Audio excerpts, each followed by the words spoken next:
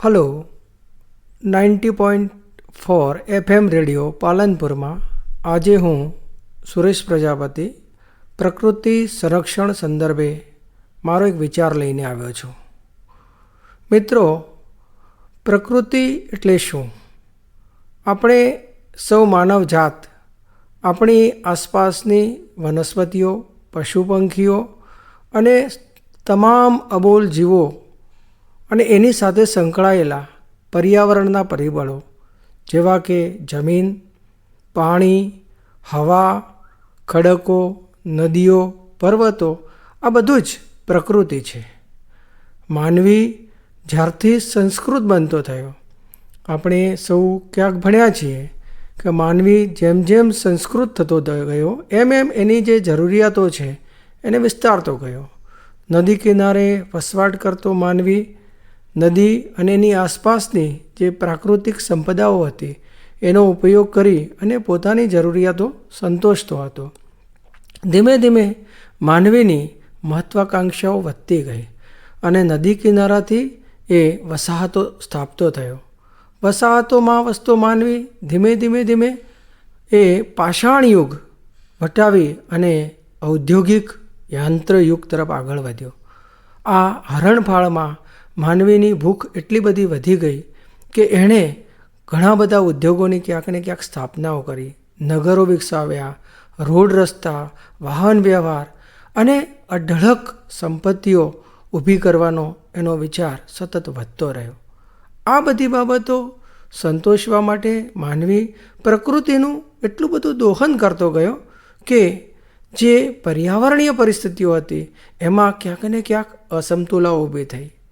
માનવી પોતે પોતાની જરૂરિયાતોને પ્રાપ્ત કરવા માટે એ નદીઓ પર બંધ બાંધતો ગયો, ક્યાંક ખડકો ખોદતો ગયો, ખનિજો, ક્રૂડ ઓઇલ કે પેટ્રોલિયમની અન્ય પેદાશો, આ બધું દિન પ્રતિદિન અમાપ માત્રામાં વાપરતો રહ્યો. આનાથી ધીમે ધીમે ધીમે ક્યાંક એવા પ્રકારની સ્થિતિઓનું સર્જન થયું કે જે માનવીને જાણે ચેલેન્જ કરતી હોય.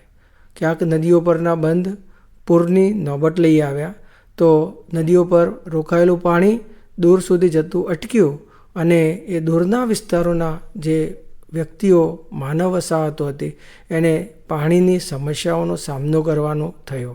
આમાંથી ક્યાંક દુષ્કાળની પરિસ્થિતિઓની પણ અસરો જોવા મળી. આ એક ઉદાહરણ થયું. આ જ રીતે જમીનો ખોદી કાઢી, ખનિજો અંદરથી મેળવી લીધા, પેટ્રોલિયમ પેદાશો પ્રાપ્ત કરી અને જમીનના પોલાણમાં ખૂબ મોટા મોટા ખાલી સ્થાનો જમા થતા ગયા. એના પરિણામે એ પેટાળમાં અસમતુલાઓ, એ ધરતીકંપ જેવી પરિસ્થિતિઓનું પણ કદાચ કારણ બની છે. મિત્રો, હું એક સરળ વાત કરું. આપણે સૌ આજે શહેરોમાં વસીએ છીએ તો આપણી જરૂરિયાતો આપણને એમ થાય છે કે શહેરમાં પૂરી થાય છે, પણ એ ક્યાંથી આવે છે? સવાર પડે માણસને દૂધ જોઈએ, શાકભાજી જોઈએ, ખાદ્યની અન્ય ચીજો જોઈએ. આ બધી ક્યાંક ગામડેથી, ક્યાંક ખેતી સાથે સંકળાયેલા લોકો દ્વારા આવે છે. એનાથી આગળ વાત કરીએ તો આ બધા ખેત ઉત્પાદનો કરવાવાળી વ્યક્તિઓ પોતાની જરૂરિયાતો એ ક્યાંથી પ્રાપ્ત કરે છે? તો એ એની આસપાસ રહેલી જમીન, આસપાસની વનસૃષ્ટિ અથવા તો નદી, તળાવ, જળાશયોમાંથી. કેમ કે બધા જ લોકો કંઈ શાકાહારી કે વનસ્પતિહારી નથી. માંસાહારી લોકો પણ છે. કોઈ માછલી મેળવે છે તો કોઈ અન્ય ઉત્પાદનો જે ખાદ્ય ચીજો તરીકે વાપરે છે. તો આ બધી જરૂરિયાતો એ આપણે પર્યાવરણમાંથી ક્યાંક ને ક્યાંક પ્રાપ્ત કરતા રહ્યા છીએ અને એના માટે જમીનોને વધુમાં વધુ ખેત ઉત્પાદન લક્ષી બનાવવાનો અભિગમ વધતો ગયો. કેમ કે માનવની જેમ વસ્તી વધી એમ જરૂરિયાતો પણ વધી. એટલે ખેતીલાયક જમીન વધુ પ્રાપ્ત કરવા માટે ક્યાંક વનનાશ કરવાનો થયો, ક્યાંક નદીઓના કિનારો પર દબાણો થયા. આ બધી સ્થિતિઓ એ એવા પ્રકારે નવા નવા પ્રશ્નો ઊભા કર્યા કે જેને પરિણામે માનવી પોતે એમાં ગૂંથાઈ ગયો. દાખલા તરીકે આપણે આપણી જરૂરિયાતો પ્રાપ્ત કરવા માટે ક્યાંક રાસાયણિક ખાતરો વાપરતા થયા, પેસ્ટિસાઇડ્સ વાપરતા થયા. તો પરિણામ શું આવ્યું? આપણા જે પૌષ્ટિક ખોરાક હતા એનું જે મૂલ્ય હતું એ બદલાતું ગયું અને ક્યાંક એની પૌષ્ટિક માત્રામાં વિક્ષેપ પડ્યો.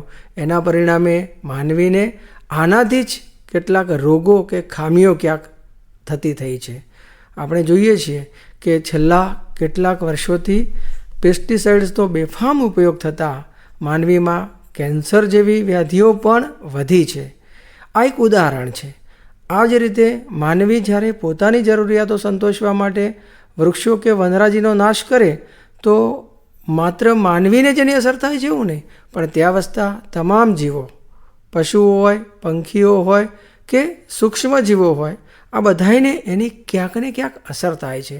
પણ માનવી એનાથી કદાચ બેખબર છે. અને એટલે જ આપણા ગુજરાતી સાહિત્યના એક મૂર્ધન્ય કવિ કહી શકાય એવા શ્રી ઉમાશંકર જોશીએ એક કવિતામાં કહ્યું છે, વિશાળે જગ વિસ્તારે નથી એક જ માનવી, વિશાળે જગ વિસ્તારે નથી એક જ માનવી, પશુ છે, પંખી છે, પુષ્પો, વનોને છે વનસ્પતિ. એટલે કે આ સૃષ્ટિ માત્ર કુદરતે માણસ માટે જ સર્જી નથી. માણસની સાથે સાથે અનેક એવા અબોલ જીવો છે જેમના માટે પણ આપણી જેમ જ એની સંપદાનું સર્જન કર્યું છે. એટલે આપણે જ્યારે આપણી જરૂરિયાતો સંતોષવા માટે આંધળી દોટ મૂકીએ અને બીજા જીવોને વિસ્તરી જઈએ તો એની જે હૈયા અંતરડી છે એ ક્યાંક કકળાટ કરે અને કદાચ એની અસર આપણને થઈ શકે. એટલે ક્યાંક આને પરિણામે આગ લાગે, ક્યાંક દુષ્કાળ પડે, ક્યાંક પૂર આવે. આવી હોનારતો પણ એ પર્યાવરણીય અસમતુલાના આપણને મળેલા પ્રત્યાઘાત છે એવો હું કહીશ. કેમ કે છેલ્લા થોડાક વર્ષોમાં આપણે જોઈએ છીએ કે ઘણી જગ્યાએ વિનાશક પૂર આવી રહ્યા છે, ક્યાંક મોટી માત્રામાં ભૂસ્ખલન થઈ રહ્યા છે. અને આપણે વચ્ચે જોયું હતું કે ઉત્તરાખંડની અંદર આખો એક મોટો વિસ્તાર એ સતત ભૂકંપને પરિણામે હચમચી ગયો અને આખું નગર એ જાણે નાશ થવાની કગાર પર આવ્યું હોય એવી પરિસ્થિતિનું પણ નિર્માણ થયું. એટલે વાસ્તવમાં આ માનવીના ક્યાંક ને ક્યાંક અવિચારી પગલાંથી કદાચ આવી પરિસ્થિતિઓ ખૂબ ઝડપી બની છે. આમ તો કુદરત એનું કામ કર્યા જ કરે છે.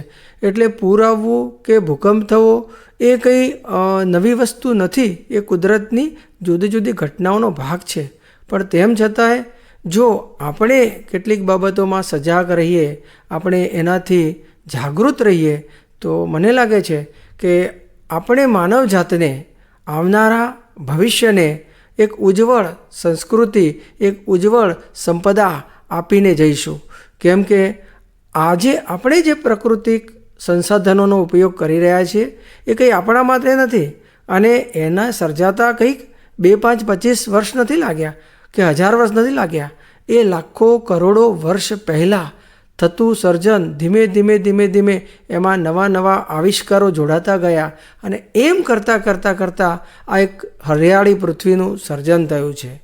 મિત્રો, આ પૃથ્વી એ વાસ્તવમાં ઘણા બધા કહી શકાય એવા દાયકાઓ અને ઘણા બધા કહી શકાય એવા મોટા મોટા ઈરા પસાર કરી અને આજના એ એક આયામ પર પહોંચેલી છે. એટલે આ ધરતી હજી આમને આમ આવનારા ઘણા વર્ષો, લાખો કરોડો વર્ષના આવનારા ભાવિમાં પણ આના કરતાં પણ વધુ સમૃદ્ધ બની રહે એ માટે આપણે એક માનવ તરીકે, કારણ કે આપણે આપણી જાતને આ સૃષ્ટિનું સૌથી શ્રેષ્ઠ સર્જન માનીએ છીએ અને જો આપણે આપણી જાતને સૌથી શ્રેષ્ઠ માનતા હોય તો જેમ સંપત્તિ પર આપણે આપણો અધિકાર જતાવીએ છીએ એમ આ સંપત્તિનું રક્ષણ કરવું, એનું પાલન કરવું, એને આવનારા ભવિષ્ય માટે સાચવવું અને એને ખૂબ સુદૃઢ બનાવવું એ પણ મને લાગે છે આપણી ચોક્કસ જવાબદારી છે. તો આ જવાબદારીમાંથી આપણે ક્યારેય છટકી શકીએ નહીં. એટલે માનવીએ હંમેશા એ વિચારતા રહેવું પડશે કે પર્યાવરણમાં દિન પ્રતિદિન આપણે જે કંઈ આપણી જરૂરિયાતો સંતોષવા માટે ખોદકામ કરીએ છીએ અથવા તો પેટાળમાંથી જે કંઈ ઉખાડીને કાઢીએ છીએ એને એ ઉલેચતા ક્યાંક એ ભંડાર સમાપ્ત ન થઈ જાય એનું પણ ધ્યાન રાખવું ઘટે. કેમ કે આપણે જે પર્યાવરણ સ્ત્રોત વાપરી રહ્યા છીએ એમાંથી કેટલાક એવા છે કે એ નોન રિન્યુએબલ છે, એટલે કે એ પુનઃપ્રાપ્ય નથી. અને આપણી આ જરૂરિયાતો સંતોષવા માટે જો આપણે આવા પુનઃ અપ્રાપ્ય હોય એવા સંસાધનો પર વધુ પડતો મદાર રાખીશું તો એ કરોડો વર્ષ પછી આપણને મળેલી સંપત્તિ એ થોડાક વર્ષોમાં કદાચ સમાપ્ત થઈ જશે. એના માટે એક સરળ ઉદાહરણ આપું. દાખલા તરીકે આપણે માનીએ કે આપણી પાસે બેંકમાં થોડાક લાખ રૂપિયાનું બેલેન્સ પડ્યું છે. હવે જો આ મૂડીમાંથી આપણે દિન પ્રતિદિન અવિચારીપણે કેટલીક મૂડી સમયાંતરે જો વાપરતા રહીએ તો એ થોડાક સમયની અંદર આ મૂડી કદાચ ઝીરો થઈ શકે. પણ જો આપણે આપણી મૂડીનું એક પ્લાનિંગ કરીએ અને એને કોઈ એફડીના સ્વરૂપમાં ઢાળીએ અને એનું જે વ્યાજ આવે છે એ વ્યાજમાંથી જો આપણે આપણી જરૂરિયાત સંતોષતા રહીએ તો આપણે એ મૂડીને ખૂબ લાંબા સમય સુધી જાળવી શકીએ. કુદરતી સંપદા માટે પણ કંઈક આવું જ કહી શકાય. જે લાખો કરોડો વર્ષના સમય પછી આપણને એક સંપદા પ્રાપ્ત થઈ છે એ સંપદા આ જ રીતે લાખો કરોડો વર્ષ સુધી અવિરતપણે જળવાય અને સાથે માનવીની પોતાની જે જરૂરિયાતો છે એ જરૂરિયાતો પણ સંતોષાય. એની સાથે માનવીએ બીજા વિકલ્પો વિચારવા પડે, જેમ કે પુનઃ પ્રાપ્ય જે ઉર્જા સંપત્તિ છે અથવા તો એવા પ્રકારની કુદરતી સંપત્તિ છે એના પર વધુ મદાર રાખવો પડશે. દાખલા તરીકે આપણે ઉર્જા સ્ત્રોત માટે આજે પેટ્રોલિયમ અને એની પેદાશો અથવા તો લાકડું એના પર આપણે ખૂબ નિર્ભર છીએ. પણ એને બદલે જો સૌર ઉર્જા જેવા આપણને પુનઃ પ્રાપ્ય ઉર્જા સ્ત્રોત જે અઢળક પ્રમાણમાં પ્રાપ્ત થઈ રહ્યો છે એને આપણે આપણી જરૂરિયાતોમાં દિન પ્રતિદિન વધારતા જઈએ તો એ એક એવો ઉર્જા સ્ત્રોત છે કે જેમાંથી આપણને હજારો લાખો કરોડો મેગાવોટ વીજળી મળશે અને એ વીજળીથી આપણે આપણી તમામ પ્રકારની જે ઉર્જાલક્ષી જરૂરિયાતો છે એને આપણે હંમેશા પૂર્ણ કરી શકીશું. સામે પક્ષે એના દ્વારા મોટાભાગે કોઈ પ્રદૂષિત ઘટકો પણ મુક્ત થતા નથી, એટલે પર્યાવરણનું જતન પણ થતું રહેશે. દાખલા તરીકે આપણે લાકડા જેવી ચીજ વસ્તુઓ પર પણ મદાર રાખીએ ત્યારે આપણને ખ્યાલ હોવો જોઈએ કે જંગલો આપણે કાપીએ તો એ વૃક્ષોને ત્યાં ઉછરતા કેટલો સમય લાગે. જો એમાં પણ આપણે સ્ટેપિંગ કર્યું હોય અને કેટલાક જંગલો કઈના વૃક્ષોને તબક્કાવાર કાપીએ અને 25 વર્ષનો ઇતિહાસ કરીએ તો કદાચ આપણે એ જંગલોને વર્ષો સુધી જેમને તેમ જાળવી શકીએ. એટલે આ બધા ઉદાહરણો એ કુદરતી સંપત્તિ જાળવવા માટેનો મારો અનુરોધ છે. આ મારી એક સામાન્ય વાત જે આપણને સૌને ક્યાંક ને ક્યાંક સ્પર્શે છે મિત્રો. તો આના ઉપર આપણે ચોક્કસપણે વિચારવું રહ્યું અને માનવ જાતની જેને ઉજ્જવળ ભવિષ્ય છે એના માટે આપણે આ રીતે કામ કરતા રહીએ. ઓકે, અસ્તુ. જય હિન્દ. મસ્ત રહો, વ્યસ્ત રહો, સ્વસ્થ રહો અને સાંભળતા રહો રેડિયો પાલનપુર 90.4 FM.